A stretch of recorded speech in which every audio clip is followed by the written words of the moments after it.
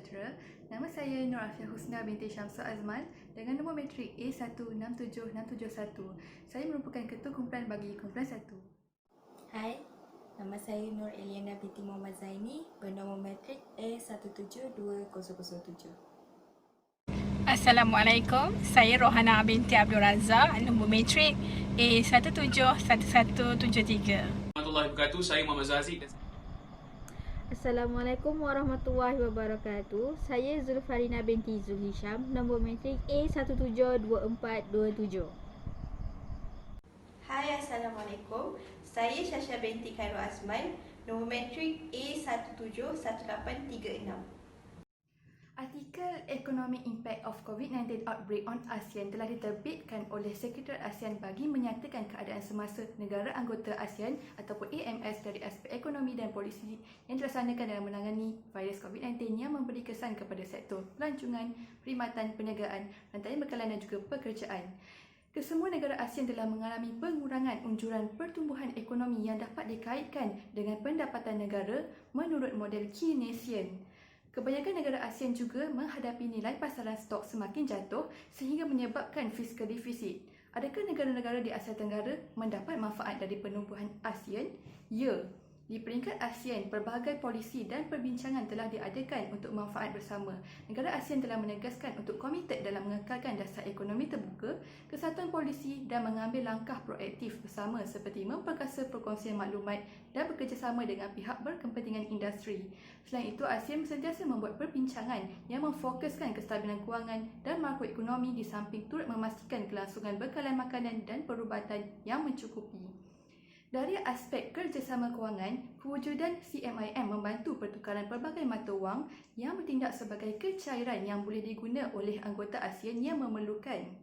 Tabung kewangan antarabangsa IMF turut memberi pinjaman kepada anggota ASEAN sehingga $1 trilion dan memberi pelepasan hutang bagi negara ketiga melalui CCRT. Bank Dunia juga menyediakan pembiayaan jangka panjang sebanyak $160 bilion untuk negara ASEAN dalam tempoh 15 bulan.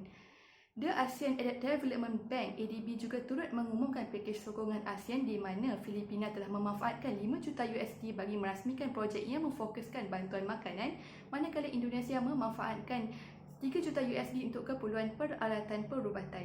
Dan saya akan terangkan berkenaan dengan cadangan dasar dan kesimpulan bagi kumpulan kami. Okey, untuk cadangan dasar, apa yang kami boleh cadangkan kepada kerajaan-kerajaan ASEAN adalah beberapa solusi yang kerajaan ASEAN patut lakukan. Iaitu pertama sekali adalah jaringan perlindungan sosial, di mana perlindungan sosial perlu diadakan dan wujudkan bantuan-bantuan seperti lanjutan pinjaman dan juga bantuan-bantuan kewangan sementara seperti apa yang dilakukan di negara Malaysia, misalnya bantuan prihatin rakyat, dan itu dapat membantu serba sedikit bagi pelanggan ataupun pengguna-pengguna kita dan pekerja-pekerja yang dilucutkan jawatan, dibuang pekerjaan sebab COVID-19 untuk meneruskan kehidupan. Dan kedua, kita tengok kepada jaringan perlindungan sosial, bermakna mereka boleh gunakan wang-wang kecemasan seperti melalui KWSP, Kepulauan Simpanan Pekerja Mereka dan sebagainya. Dan kedua, kita boleh menggalakkan pengguna kerana pengguna banyak kurangkan pembelian kerana tiada pembelian secara bersemuka, tidak boleh melihat produk tersebut secara bermata. Maka kita perlu galakkan pendigitalan ekonomi melalui aplikasi-aplikasi. Kerajaan boleh bekerjasama dengan aplikasi-aplikasi mobile yang terbaru untuk menggalakkan perniagaan digital dan pada masa yang sama dapat meningkatkan penawaran-penawaran daripada sektor pembuatan dan sektor perkhidmatan. Ketiga, kita lihat juga kepada pemberian bantuan kepada mereka yang golongan terjejas dan juga golongan-golongan PKS dan syarikat-syarikat PKS yang kecil, perusahaan kecil dan sederhana. Kesimpulan yang kami dapat lihat di sini adalah walaupun COVID-19 merupakan kemaslahatan ekonomi yang paling teruk yang dapat membayangkan, tetapi ada banyak kelebihan-kelebihan dapat kita lakukan seperti pendigitalan ekonomi dan juga wujudnya sektor-sektor gig ekonomi dan bagaimana kita dapat tekankan semula sektor kesihatan kita di negara ASEAN. Terima kasih.